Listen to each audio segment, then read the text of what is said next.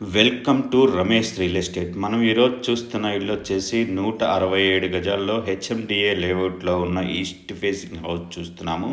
East face duplex house అండి మనం చూస్తుంది. గ్రౌండ్ ఫ్లోర్లో ఒక బెడ్రూము, ఫస్ట్ ఫ్లోర్లో డబుల్ బెడ్రూమ్ ఉంటుంది.